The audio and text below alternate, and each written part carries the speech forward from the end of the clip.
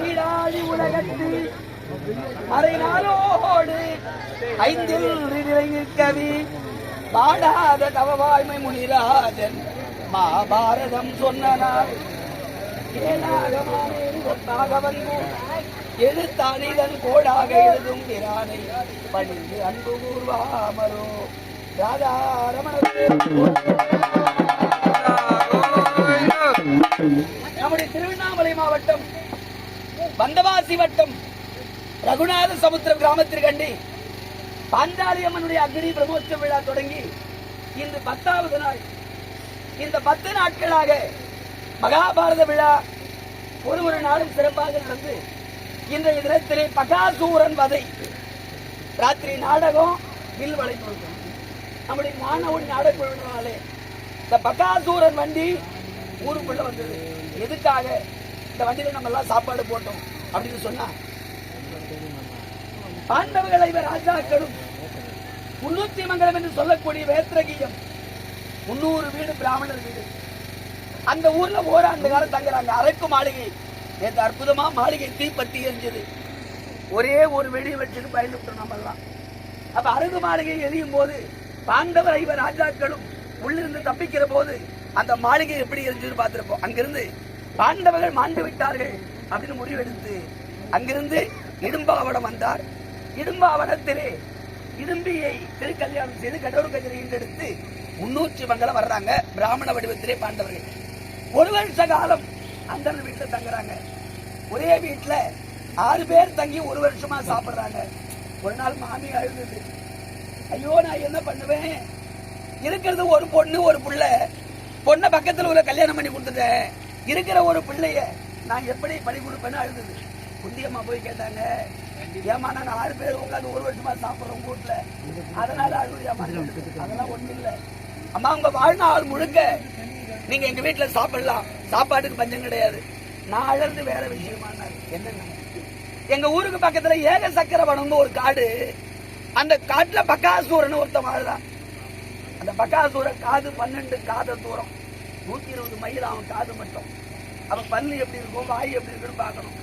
மரத்தை பிடுங்கி வேற கிள்ளி போட்டு அந்த மரத்தை வாயில வச்சு பல்லு வளர்க்குவாரான். அப்ப வாய் எவ்வளவு கழிச்சு பல்லு எவ்வளவு கழிச்சு அவனுடைய உருவத்தை காட்டுறதுக்காக அப்படி சொன்னாரு.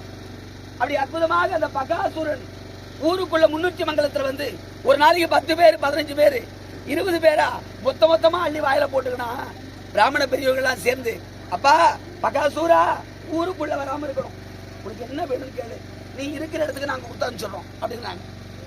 அப்ப பகாசூரன் சொன்னா, ஒரு நாளைக்கு 1 வண்டி சாதம், சாப்பாடுனா சும்மா இல்ல, 1 வண்டி சாதம் ஏத்தணும்னா அந்த காஞ்ச தரையில வண்டி 6 அடி இறங்கணும். இறங்கிதான் பாருங்க,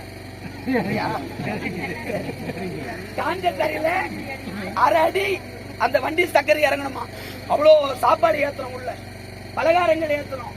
அதனால அப்படி ஏத்தி 2 ஏர்களா, அந்த காலத்துல எருமை மாட்டு வண்டி, 2 எருமை மாட்டை பூட்டி ஒரு ஆளு ஓட்டிக்கிட்டு வந்தோம்னா வண்டி சாப்பாட்டை சாப்பிடுவேன், சாப்பிட்டுட்டு 2 ஏர்களாவ அடிச்சு சாப்பிடுவேன், வண்டி ஓட்டிட்டு வர ஆளையும் சாப்பிடுவேன். இதுக்கு சம்மதம் நான் ஊர் உள்ள வர மாட்டேன் பகாசூரன். எல்லாரும் சம்மதிச்சாங்க பிராமண பெரியவர்கள்லாம். அப்பா ஒரு நாளைக்கு ஒரு வீட்டுல இருந்து உங்களுக்கு சாப்பாடு வந்துடும், சாப்பாட்டு ஏறு கிடையாது சாப்பிடலாம், மஞ்சாலியாவது உள்ளாம நமக்கு அது இல்லைன்னா சௌகரியப்படாது. அதனால வேற வழி இல்ல, கண்டிப்பா சாப்பிட்டுதான் ஆகணும்னாரு. ஆகவே ஒரு நாளைக்கு ஒரு வண்டி போகுது. அம்மா இன்னைக்கு எங்க வீட்டு முறை, இருக்கிற ஒரு பொண்ணை பக்கத்துல கல்யாணம் பண்ணி கொடுத்துட்டோம், இருக்கிறது ஒரு புள்ள, நாங்க செத்த எங்களுக்கு கடன் செய்யறதுக்கு ஆளு இல்லை, அதனால புள்ளை அனுப்புறதா என் புருஷன் அனுப்புறதான்னு தெரியாம இருக்குங்கிற மாதிரி அந்த பிராமணத்து மாமி. அப்ப குந்தி அம்மா சொன்னாங்க, அம்மா நீ ஒரு புள்ள பெத்த வழுவுற, நான் 5 புள்ள பெத்து வச்சுக்கிறேன், 1 போனாதான் போட்டோமே அப்படின்னு பீமன் அனுப்புறதுக்கு குந்தி அம்மா முடிவு பண்ணாங்க.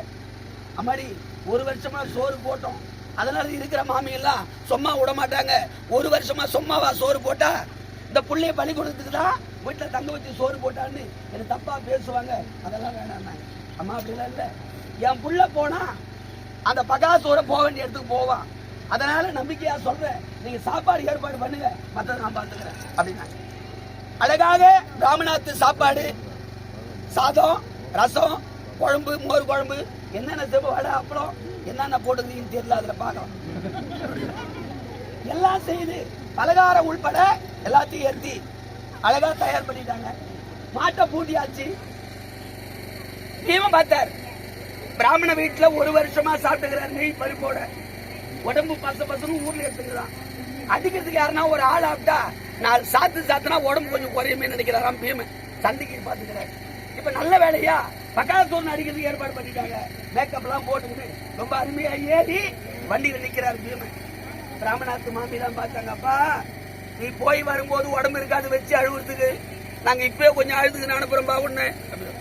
மாமி நீங்க ஒன்னும் அழ வேணாம், என்ன ஆளை விடுங்க, நான் கிளம்புறேன். மாமா எல்லாம் பார்த்தாங்க, இந்த ஏற்காட நவரு மாட்டேன், இந்த வண்டி அதிகமான பலு, போகலாம் போ போ அப்படின்னு மேலே வாங்கலாம்.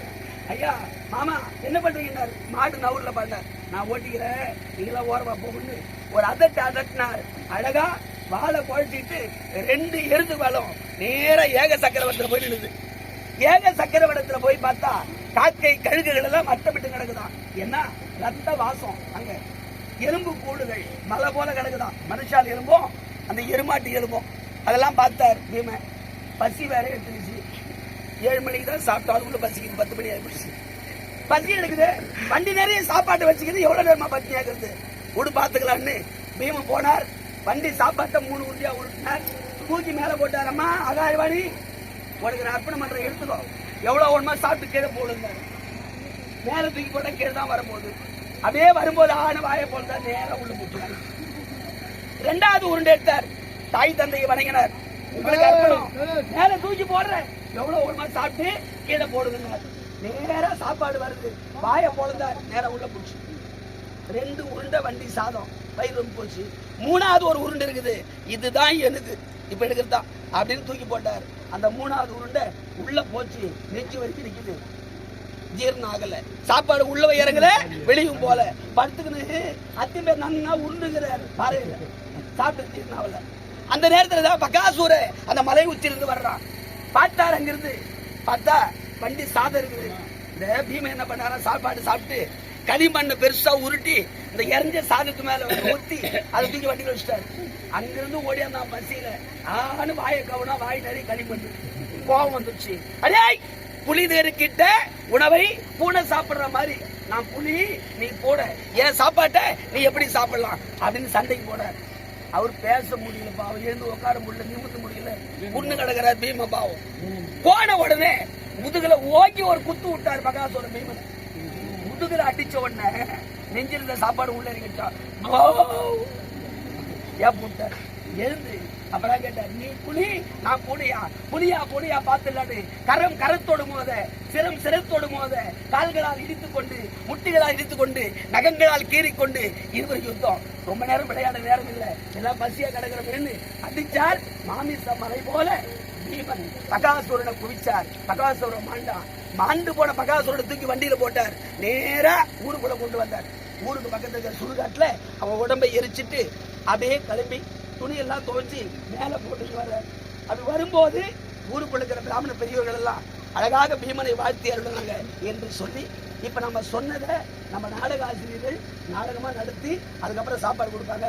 அருமை பெரியவர்கள், தாய்மார்கள், இந்த சாப்பாடு தயவு செய்து ஒரு பறிக்க கூட கிடையாது.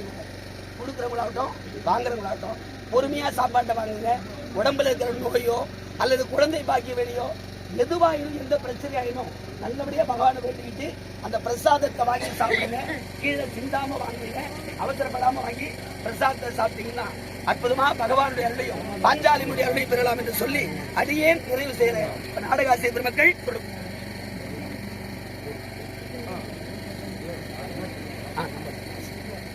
நம்முடைய ரகுநாத சமுத்திரம் கிராமத்தினுடைய பாஞ்சாலியம்மன் ஆலயத்தின் கணாச்சாரி வர்க்கம் அனைவருமாக சேர்ந்து அடியன்களை ரூபாய் 101 அன்பளிப்பாக வாரி வழங்கி சிறப்பித்துள்ளார்கள். திரௌபதி அம்மன் ஆலயத்தினுடைய கணாச்சாரி வர்க்கத்தினர் அனைவருக்கும் எல்லாம் வல்ல பாஞ்சாலியம்மன் அருள்பெற்று பகவான் கண்ணபிரான் அருள்பெற்று வாழ்வாங்க வாழ்வென்று வாழ்த்தி வணங்கி நாடகாசிரியர் பெருமக்களை இந்த அற்புதமான சொன்ன கதையை நாடகமா நடத்தி சீக்கிரமா சாப்பாடு கொடுக்கும்படி கேட்டுக்கொள்கிறோம்.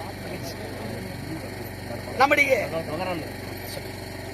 திரௌபதி அம்மன் ஆலயத்தினுடைய கோவில் தர்மகர்த்தா வகையரா அனைவரின் சார்பாகவும் அடியன்களை ஆசீர்வதித்து ரூபாய் 201 அன்பளிப்பாக வாரி வழங்கி சிறப்பித்துள்ளார்கள்.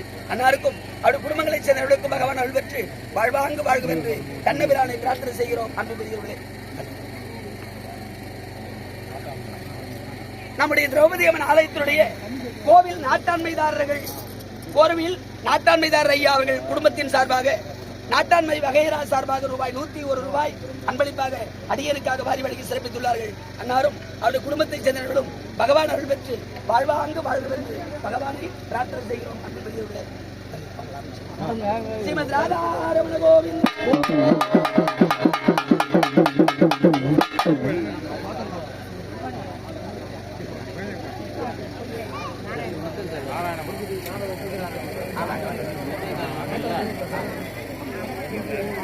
அன்பு பெரியவர்களே,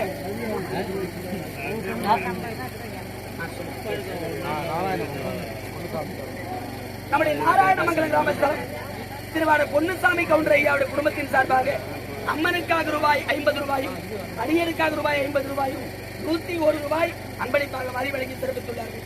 அன்னாருக்கும் அவருடைய குடும்பத்தைச் சேர்ந்தவர்களுக்கும் பகவான் அருள் பெற்று வாழ்வாங்கு வாழ்வு என்று வாழ்த்தி வணங்குகிறோம். 300 மங்கலத்துல அழகா பகாசூரம் ஊருக்குள்ள வந்தார். எப்படி பணமா வர்றார், எடுத்து அவரை செய்துட்டு இதுக்குள்ள ஒரு துணியை கட்டிக்கிட்டு மேல ஒரு துணியை போட்டு குச்சியில கட்டிட்டு வண்டி வேகமா ஊருக்குள்ள வருது. பிராமண பெரியவர்கள் பார்த்தாங்க, ஆஹா இவன் போகும்போதே அழுவாதன்னா மாட்டை ஓட்டாதன்னா அங்க போய் என்ன வம்பு பண்ணானு தெரியல. அந்த பகாசூரம் ஊருக்குள்ள வரான்ட்டாங்க. சொன்ன கேட்ட உடனே அந்த பெரியவர்கள் எல்லாம் அவங்க மூட்டை முடிச்சு கட்டிக்கிட்டு இனிமே வேணாங்க வர முடியாது, ஊரை விட்டு போயிடலான்னு கிளம்பிட்டாங்க. எல்லாரும் ஓடுறாங்க பயந்து. அது ஓடும் போது தர்மராஜா கூட ஓடுறாங்க. அப்பா யாரும் ஓடாதீங்கப்பா, யாரும் ஓடாதீங்க, வர்றது பகாசூரம் இல்ல என் தம்பி தான், பீமனா வர்றான் அப்படின்னு சொன்ன. குந்தி அம்மா கூட ஓடுறாங்க. ஏன்பா அவங்க தான் அறிவில்லத்தனமா ஓடுறாங்க. அப்பா தர்மா யுதிஷ்டா நீ எதுக்குப்பா ஓடுறன்னாங்க. அப்ப தர்மராஜா சொன்னாரம்மா, ஊரு ஓட ஒக்க ஓட போறோம், நாடு ஓட நடுவுல ஓடுவோம். நம்ம எதிர் நீச்சல் போடக்கூடாது. நல்லதோ கெட்டதோ சொல்றத கூட ஊரோட ஒட்டு நின்று ஒன்னாட ஒண்ணு நின்று நம்ம சொன்னா ஏத்துக்குவாங்க. அதனாலதான் ஓடினே சொல்லி போட. அப்பா யாரும் ஓடாதீங்க, பீமன் தான் அப்படின்னு சொன்னாங்க. எல்லாரும் நின்னாங்க. அப்பா பீமா ஒண்ணு கவலைப்படாத, ஒரு வீட்டு சாப்பாடு இல்ல, இன்னிலிருந்து பிராமண வீட்டுல 300 வீடு, அதுதான் 300 பேரு. அந்த 300 வீட்லயும் தினம் ஒரு நாளைக்கு ஒரு வீட்டுல உனக்கு சாப்பாடு அப்படின்னாங்க. பீமன் கேட்டாரு, ஒரு நாளைக்கு ஒரு வீட்டு தான் சாப்பாடான்னு கேட்டாரு. அப்பா நீ ஆசைப்பட்டா ஒரே நாளைக்கு எல்லாரும் வீட்லையும் சாப்பிடலாம். அம்மா நீ ஒண்ணு கவலைப்படாதீங்க, நான் ஒரு பாத்திரம் எடுத்துட்டு வரேன், எல்லாரும் பாத்திரத்துக்கு சாப்பாடு போடுங்க, அந்த சாப்பாட்டை வயிறார நான் சாப்பிட்டுக்கிறேன். அந்த 300 மக்களுக்கு பக்கத்துல ஒரு உடையார், மண்ணு உடையார், திருநீல கட்ட மரபு. இந்த உடையாரு பொங்கலுக்கு பாடம் செய்யறதுக்கு வண்டி ஓட்டி போய் மண்ணு நிறைய ஏற்றிட்டாங்க. வண்டி நவர மாட்டேங்குது, ஏறி பீம போய் பார்த்தாரு. அப்பா என்ன பண்றீங்க அண்ணா? மண்ணு நிறைய ஏற்றிக்கம்பா, வண்டி நவுத்த முடியல, மாடு நவர மாட்டேங்குது. பீமம் போனாரு, இந்த வண்டியை தூக்கி அப்படியே ஒரு தோல்ல வச்சுக்கினார், மாத்தி ரெண்டு கையில பிடிச்சினாரு கவுத்த. உடையாரு போகாம விட்டுட்டு நேர வீட்டுக்கு வந்தாங்க. வீட்டுல வந்து கேட்டாரு உடையாரு, ரொம்ப சந்தோஷமா இருக்குது, அப்ப அவனுக்கு என்ன வேணும் நான் செய்யறேன். அப்ப பீமன் கேட்டார், இந்த வண்டி மண்ணை போட்டு ஒரே பானையா செய்து கொடுங்க. என்னப்பா பண்ண போறேன், 3 விட சோறு வாங்கி சாப்பிடணும், பாத்திரம் இல்ல, ஒரே பானையா செஞ்சு கொடுத்தீங்கன்னா சௌகரியமா இருக்குன்னு பெரிய பானையா செஞ்சு தூளை போட்டு கொடுத்தாரு. அதை எடுத்து முன்ன போறான். நான் பீமன் வந்துக்கிற சோறு போடுங்க, நான் பீமன் வந்துக்கிற சோறு போடுவேன்னு 300 வீட்லயும் ஒரு நாள் தவறாம சாப்பாடு வாங்கி சாப்பிட்டுதான் அதுக்கப்புறம் பாஞ்சால தேசம் புறப்படுறாங்க.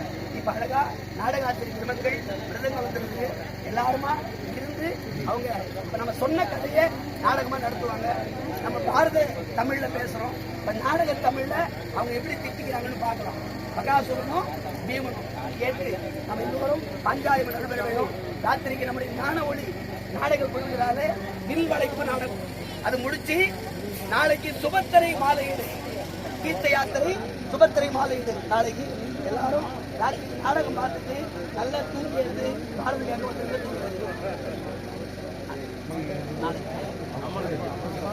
நாளை மாலை என காலையில திருவளைப்பு நடக்கும்.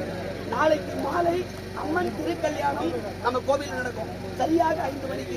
அதுக்குள்ள நம்ம கதை முடிக்கணும். இதெல்லாம் சரியா 2 மணிக்கு எல்லாரும் வந்துருங்க.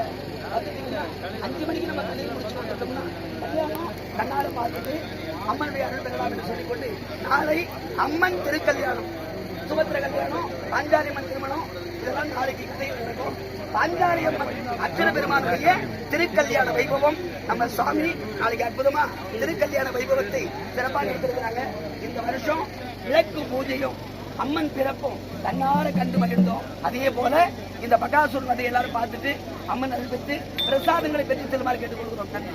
ஸ்ரீமத் ராதாரமண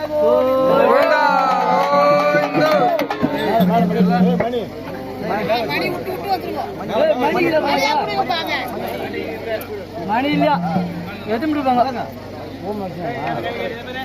அது இறங்கும்போது எத்தல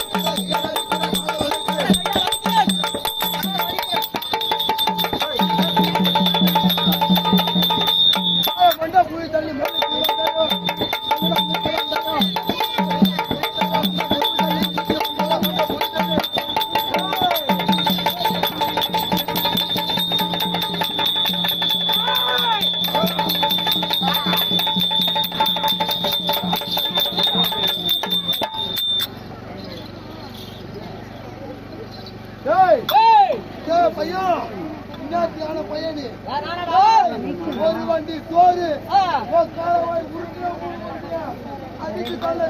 உள்ள போச்சு. 3வது வண்டி பார்த்தா நிதிச்சிர பையா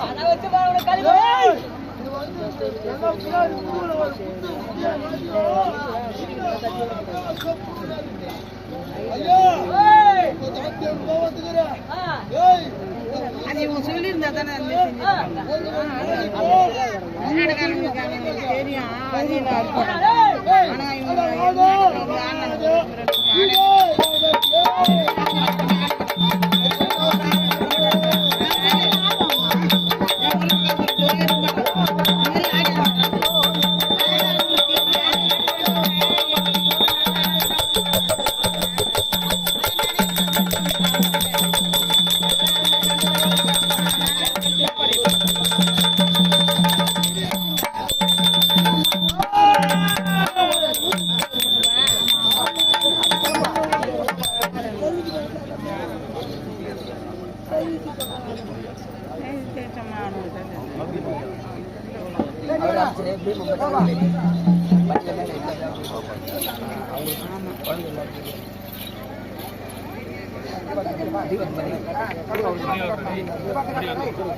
மேல தீவாது அங்க போய் காமி. அங்க போய் காமி.